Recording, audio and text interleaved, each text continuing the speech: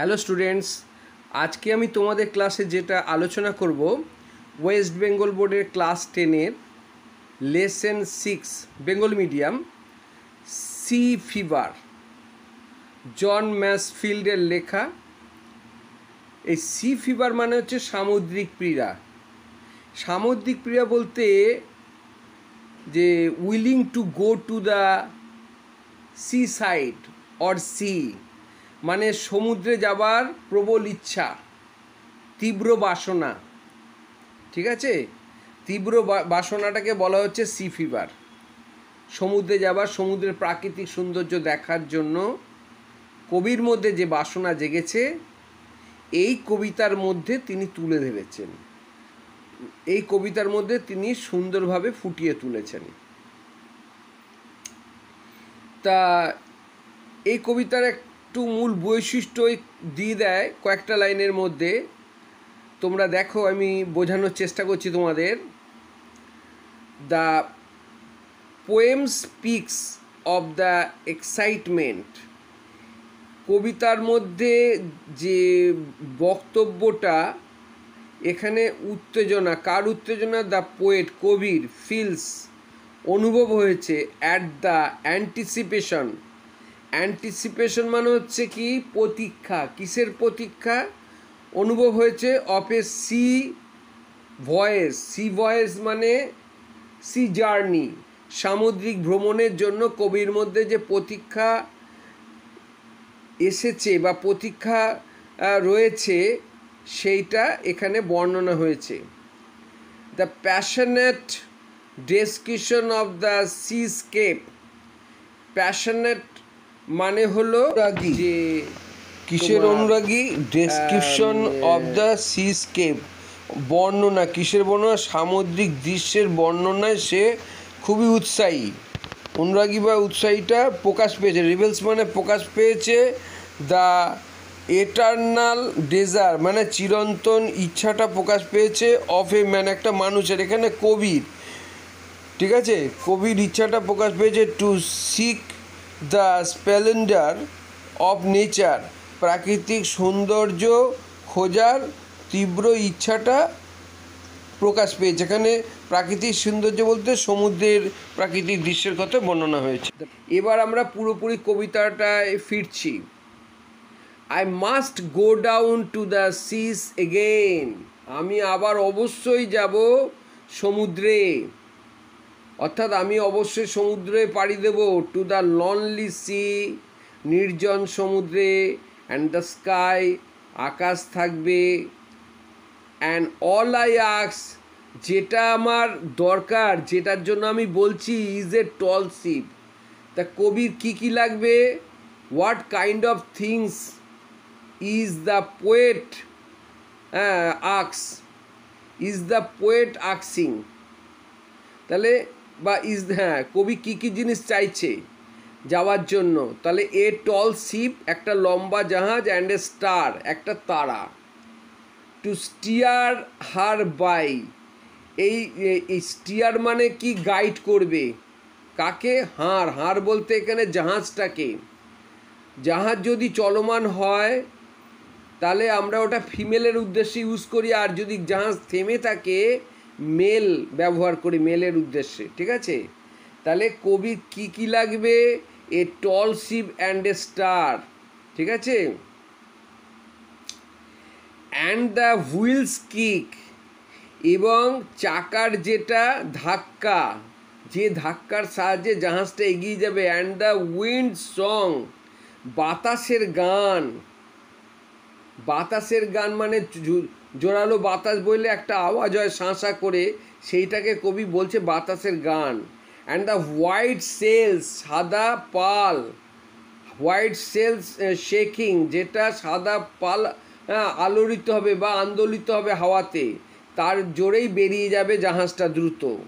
And a grey mist on the sea's face, সমুদ্রের মুখে ধূসর কুয়াশা থাকবে। অ্যাকচুয়াল পরিবেশটা কেমন সেটাও বলছে। And a grey dawn breaking, এবং ধূসর রঙের ভোরবেলা, ভোরটা হবে ধূসর। তাহলে কবি কোন সময় যাচ্ছে? অ্যাট ডন, ভোরবেলা। I must go down to the seas again, আমি আবার সমুদ্রে পাড়ি দেবো। হ্যালো স্টুডেন্টস, এখান থেকে কবি বোঝাতে চাইছে তার মানে কবি এর আগেও সমুদ্রে গেছিল, আবার যেতে চাইছে। কেন যেতে চাইছে? The poet wants to see the natural beauty of the sea. ঠিক আছে, তা for the call of the running tide, কার ডাকে যাচ্ছে, কে ডাকছে? Running tide. ঠিক আছে, মানে স্রোত, মানে জোয়ার, জোয়ারের ডাকে। ইজ এ ওয়াইল্ড কল, ভয়ঙ্কর ডাক, অ্যান্ড এ ক্লিয়ার কল, পরিষ্কার ডাক, that may not be denied. কবিকে এরা ডাকছে, কবি বলতে চাইছে যে আমি এদের ডাককে কোনো মতে অস্বীকার করব না, অর্থাৎ কবি সমুদ্রে পাড়ি দেবেই। And all I ask is a windy day, ঝড়পূর্ণ বাতাস চাই, with the white clouds flying, তার সঙ্গে বাতাসের সঙ্গে সাদা মেঘ উড়ে যাবে।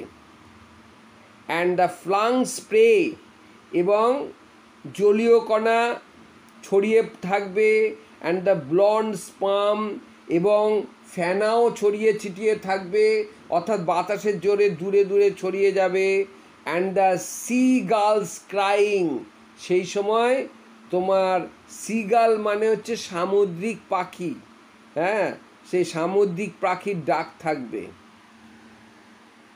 I must go down to the seas again, আমি আবার সমুদ্রে যাব। To the vagrant gypsy life, সেই ভবঘুরে জীবন। ভ্যাগ্র্যান্ট মানে ভ্যাগাবন্ড, আর জিপসি মানে যাযাবর, ভবঘুরে যাযাবরের জীবনে চলে যাব। হ্যাঁ, টু দ্য গার্লস ওয়ে, কোন পথে যাব? সেই যে পথে গাংচিল, হ্যাঁ, গাংচিল তোমার উড়ে যায়, সেই পথে চলে যাব। অ্যান্ড দ্য ওয়েলস ওয়ে, তিমি মাছের পথে যাব। ওয়াইড দ্য, যেখানে দ্য উইন্ডস, বাতাস বইতে থাকবে, লাইক এ হুইটেড নাইফ, সেই ধারালো ছুরির মতন, মানে প্রচণ্ড যেখানে বাতাস বইবে। অ্যান্ড অল আই আস্ক, যেটা আমি চাইছি, is a merry yarn, merry মানে আনন্দের, ইয়ার্ন মানে স্মল টেল, মানে ছোট গল্প শুনবো। ফ্রম এ লাফিং ফেলো রোভার, কোনো হাস্যময় সঙ্গীর, মানে জাহাজের কোনো নাবিকের কাছ থেকে, সঙ্গী নাবিকের কাছ থেকে একটা মিষ্টি ছোট গল্প শুনতে পাবো। অ্যান্ড এবং কোয়াইট স্লিপ, বেশ ভালো মতন ঘুমাবো, একটা ঘুম দেব। অ্যান্ড এ সুইট ড্রিম, একটা মধুর স্বপ্ন দেখব। কখন? When the long tricks journey over, হ্যাঁ, ট্রিক্স মানে হচ্ছে জার্নি, যখন দীর্ঘ ভ্রমণ শেষ হবে তখন আমি আরামে একটু ঘুমোবো আর একটা মধুর স্বপ্ন দেখব। হ্যালো স্টুডেন্টস, এবারে আমি তোমাদের কোশ্চেন অ্যান্সার আলোচনার দিকে যাচ্ছি। প্রথমে দেখো, the poets ask for a sail, the colour of which would be white, অর্থাৎ এর 4 হচ্ছে। নেক্সট দেখো, while going down to the sea, যখন সমুদ্রে পাড়ি দিচ্ছে, দ্য পোয়েট ওয়ান্টস, কবি চাই, to hear the crying of, হ্যাঁ, ক্রাইং অফ কি শুনতে চাই? দ্য সি গার্লস, সামুদ্রিক গাংচিলের ডাক। তারপরে দেখো, the wind on the sea is like a whetted knife, এটা 3 হচ্ছে রোমান হরফ। তারপরে দেখো এবার true false supporting statement. To steer the ship the poet needs the moon, না, এটা ফলস হচ্ছে। উত্তরটা হচ্ছে a tall ship and a star. দেখো, the call of the running tide is wild and clear, এটা ট্রু। সাপোর্টিং স্টেটমেন্টটা হলো, for the call of the running tide is wild call and a clear call. ওকে,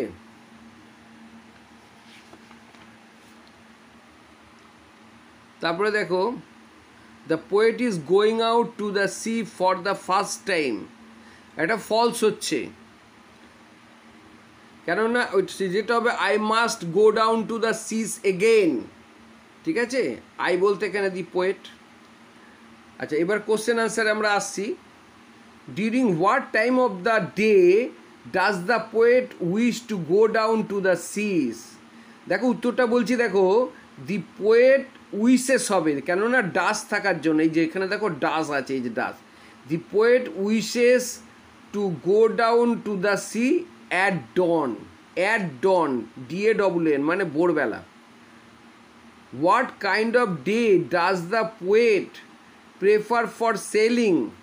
তাহলে the poet prefers for sailing a windy day with the white clouds flying. Okay, তারপরে দেখো, what does the poet prefer to hear from a fellow rover? মানে তার সঙ্গী নাবিক সঙ্গীর কাছ থেকে কি শুনতে চায়? দ্য পোয়েট প্রেফার্স, এখানে প্রেফার্স হবে, to hear from a fellow rover merry yarn. এরপরে দেখো grammar. What a shocking sight change into a assertive sentence? The sight is very shocking. The sight is very shocking, full stop হবে। I am sure of his success, এটা কি বলছে? Complex. I am sure that he will succeed. Snigdha is not only wise but also brave. তাহলে এরা বলছে simple sentence, Snigdha is both wise and brave. Hello students, এবারে আমি তোমাদের যেটা করাবো সামারি। দেখো, write a summary of the following passage within 100 ওয়ার্ডস। মানে একটা সারসংক্ষেপ বা সারাংশ লিখতে বলছে 100টা শব্দের মধ্যে। ঠিক আছে, 100টা শব্দের মধ্যে তোমাদের সারাংশ লিখতে বলছে। দেখো, সামারিটা হচ্ছে, Egyptian kings are called pharaohs. Egyptian রাজাদের ফ্যারাও বলা হয়। Tutankhamun was an Egyptian king. Tutankhamun একজন ইজিপশিয়ান রাজা who ruled between 1332 to 1323 BC। ও শাসন চালিয়েছিল 1332 থেকে 1323 BC, মানে before Christ. Tutankhamun was very young. Tutankhamun খুব তরুণ ছিল। হোয়েন হি বিকেম কিং, যখন সে রাজা হয়েছিল। হি ওয়াজ অনলি 10 years old, তার তখন 10 বছর ছিল। হোয়েন হি অ্যাসেন্ডেড দ্য থ্রোন, যখন সে সিংহাসনে বসে তখন তার 10 বছর বয়স ছিল। ঠিক আছে। হি ওয়াজ দ্য সন অফ, সে কার ছেলে ছিল? He was the son of Akhenaten, আখেনাতেনের ছেলে ছিল। হু ওয়াজ অলসো এ ফ্যারাও, সেও একজন ফ্যারাও ছিল, মানে রাজা ছিল। অ্যাজ দ্য কিং তুতেনখামন আন্ডারটুক, মানে যখন সে রাজা হয়েছিল সে গ্রহণ করেছিল, আন্ডারটুক মানে গ্রহণ করেছিল,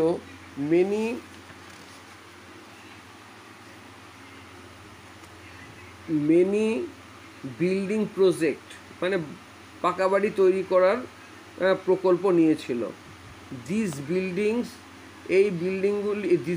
প্রজেক্টস, এই বিল্ডিং প্রকল্পগুলি ওয়ার সেন্টার্ড অ্যারাউন্ড দ্য কার মধ্যে হয়েছিল, কার চারিপাশে?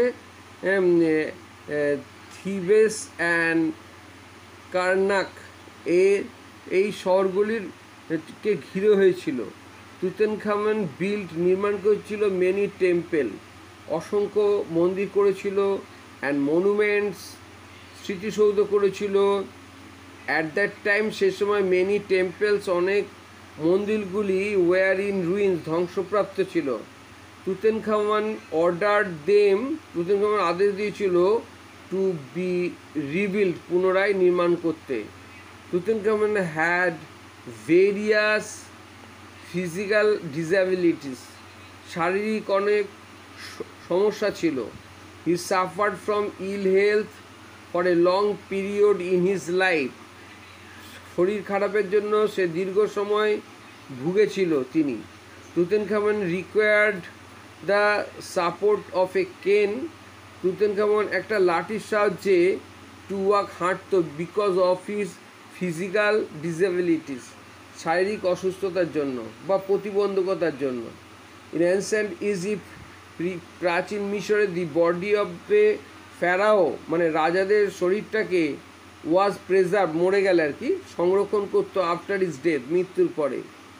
This preserved body was known as the mummy, এই সংরক্ষিত শরীরটাকে বলা হচ্ছে মাম্মি।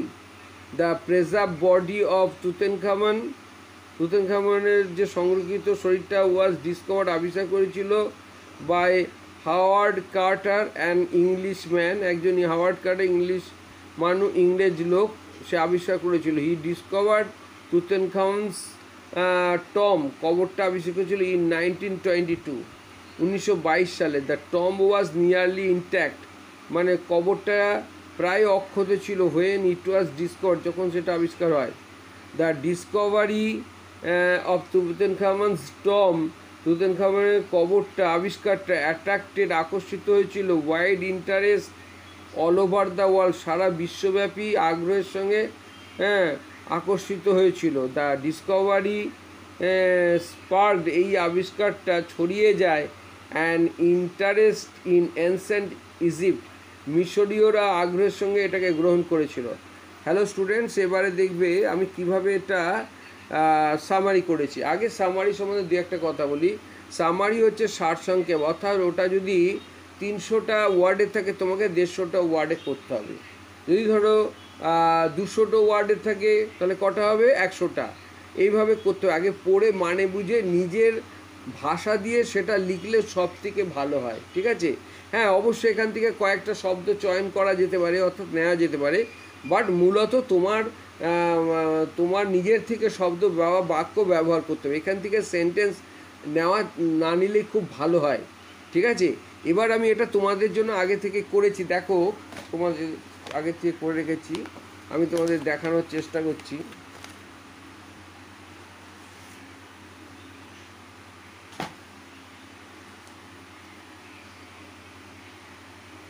দেখো সামারি বলে লিখেছি, কিভাবে করেছি একটু ফলো করো।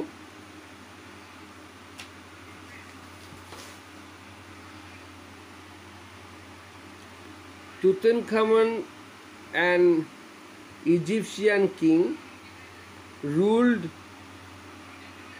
between 1332 to 1323 BC, হয়ে গেল একটা সেন্টেন্স। হি বিকেম কিং, সে রাজা হয়েছিল অ্যাট দি এজ অফ 10, ঠিক আছে? Egyptian kings are known as pharaohs, his father was also pharaoh, ঠিক আছে?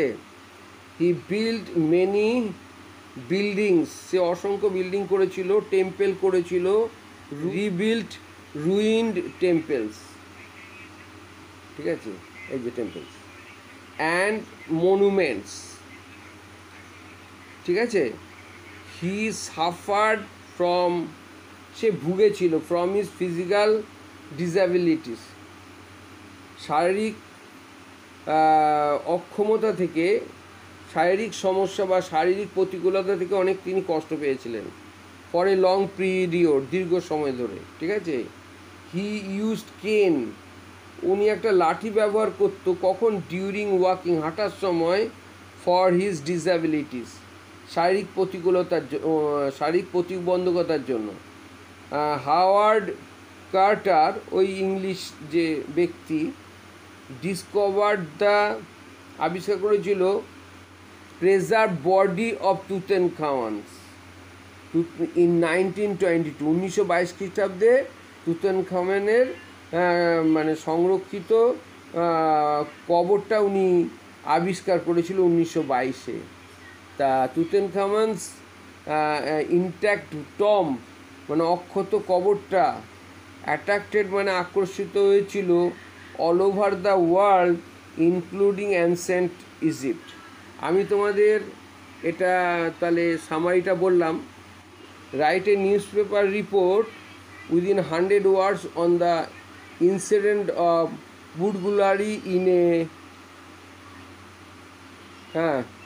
বার্গুলারি ইন এ ফ্ল্যাট, মানে একটা ফ্ল্যাটে যে ডাকাতি হয়েছে ইন কলকাতা, সেটা ইউজিং দ্য ফলোয়িং পয়েন্টস, নিচের পয়েন্টটা ব্যবহার করে। ডেট অ্যান্ড প্লেস, তারিখ এবং জায়গাটা, কোন জায়গাটায় হয়েছিল। টাইম মানে সময়। অকুপ্যান্টস অফ দ্য হাউস, বাড়ির বাসিন্দা, ঠিক আছে। তো নাম্বার অফ রবার্স, ডাকাতের সংখ্যা। লিস্ট অফ আর্টিকেলস স্টোলেন, যা যা জিনিসগুলি চুরি গেছে। পুলিশ ইনভেস্টিগেশন, এবার পুলিশের তদন্ত। 100টা শব্দের মধ্যে দেখো তোমরা।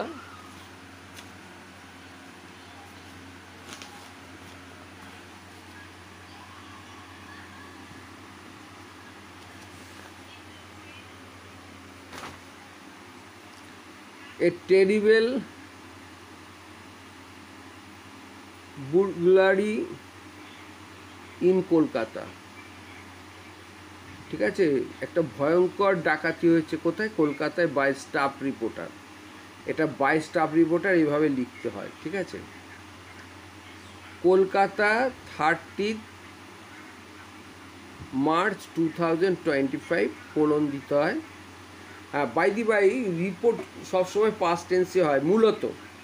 এবার রিপোর্টে এই যে দেখো খবরের কাগজে যেরকম ডেট দেয় সেরকম ডেটটাই থাকে, কিন্তু ঘটনাটা ঘটেছে ঠিক আগের দিন। এই 30 তারিখ তো, দেখবে আগের দিন এমনভাবে লিখেছি তাতেই বোঝাবে ওটা আগের দিন হয়ে গেছে। এ বিগ বুরগ্লারি, একটা বড় ডাকাতি, টুক প্লেস মানে ঘটেছিল, in second floor of A flat, একটা ফ্ল্যাটের সেকেন্ড ফ্লোরে হয়েছিল। নেমড, নাম, ফ্ল্যাটটার নাম বলছে কমলালয়া অ্যাট 10 NS এভিনিউ, তাই না, জায়গাটার নাম বলছে ইন কলকাতা। ইয়েস্টারডে, হ্যাঁ, it was at 12 PM when the burglary, যখন ডাকাতিটা হয় তখন 12টা অকার্ড, যখন ডাকাতিটা হয় তখন রাত 12টা। তাহলে সময়টাও বলে দিলাম, জায়গাটাও বলে দিয়েছি। আর টোটাল 10 অকুপ্যান্টস, 10 জন মানে বাড়ির লোক আর কি, অফ দ্য হাউস, বাড়ির 10 জন ওয়ার স্লিপিং, ঘুমোচ্ছিল। ডিউরিং, কখন? ডিউরিং দ্যাট টাইম, ওই সময় বাড়ির 10 জন লোক ঘুমোচ্ছিল। 5 রবার্স, 5 জন ডাকাত, কেম টু দ্য অপারেশন, 5 জন ডাকাত এসেছিল এই ডাকাতি করার জন্য। অফ দেম, তাদের মধ্যে 2 রবার্স, 2টো ডাকাত, ব্রোক ইনটু মানে ভেঙে প্রবেশ করলো, ব্রোক ইনটু দ্য হাউস, বাড়িতে ভেঙে প্রবেশ করলো, ভেরি কেয়ারফুলি, খুব সতর্কতার সঙ্গে। রিমেনিং রবার্স মানে বাদবাকি রবারগুলি ওয়ার ওয়েটিং, অপেক্ষা করছিল, with a black motor car, কালো রঙের গাড়ি করে, হ্যাঁ, আউটসাইড অপোজিট অপেক্ষা করছিল, sorry, close to the black motor car at NS Avenue, NS এভিনিউতে অপেক্ষা করছিল, হ্যাঁ, which was very close to the flat, যেটা ফ্ল্যাটের খুব কাছাকাছি। দে টুক, তারা নিয়ে গেছিল 10 lakhs, 10 লাখ টাকা, অর্নামেন্টস, 10 লাখ টাকা সোনা। আচ্ছা, 4 মোবাইল, 4টে মোবাইল। আচ্ছা, ক্যাশ 5000, ঠিক আছে, 5,000 টাকা cash. And 6 smart wrist watches, 6টা স্মার্ট ঘড়ি। অল রবার্স এসকেপ, সমস্ত টাকা চলে যায় ফ্রম দ্যাট স্পট, ওই জায়গা থেকে, উইদিন 5 মিনিটস, 5 মিনিটের মধ্যে। দ্য অকুপ্যান্টস অফ দ্য হাউস, বাড়ির লোকেরা, লজড এ কমপ্লেন্ট, একটা কমপ্লেন দাখিল করলো, এগেনস্ট, তাদের বিরুদ্ধে, against the robbers and their missing articles, তাদের হারিয়ে যাওয়া জিনিসপত্রের ব্যাপার নিয়ে কমপ্লেন করলো। পুলিশ স্টার্টেড অ্যান ইনভেস্টিগেশন, শুরু করলো টু ক্যাচ দ্য রবার্স, ডাকাতদের ধরার জন্য, and restoration of their articles of their stolen articles, এটা লিখলে একটু ভালো হতো। আমি বলে দিলাম তোমাদের তাদের চুরি যাওয়া আর্টিকেলগুলি, হ্যাঁ, তোমাদের চুরি যাওয়া আর্টিকেলগুলির জন্য অর্থাৎ চুরি যাওয়া জিনিসপত্রগুলির জন্য, হ্যাঁ, এগুলি ওরা পুলিশকে জানালো। তা আমি এই জায়গাটা আরেকবার বলছি, police started an investigation, police একটা তদন্ত শুরু করলো টু ক্যাচ দ্য রবার্স, ডাকাতদের ধরার জন্য, অ্যান্ড রেস্টোরেশন মানে পুনরুদ্ধার করার জন্য, কি অফ দেয়ার তাদের স্টোলেন আর্টিকেলস। এই জায়গাটা আমি লিখিনি, তোমাদের বলে দিচ্ছি যে চুরি যাওয়া আর্টিকেলগুলির সম্বন্ধে ফিরে পাওয়ার জন্য পুলিশ তদন্ত শুরু করলো। ওকে, হ্যালো স্টুডেন্টস, তোমাদের যদি আমার পড়ানো ভালো লাগে তোমরা অবশ্যই আমাকে সাপোর্ট করবে, অর্থাৎ তোমরা আমাকে অবশ্যই লাইক করবে, শেয়ার করবে, আর অবশ্যই কমেন্ট করবে।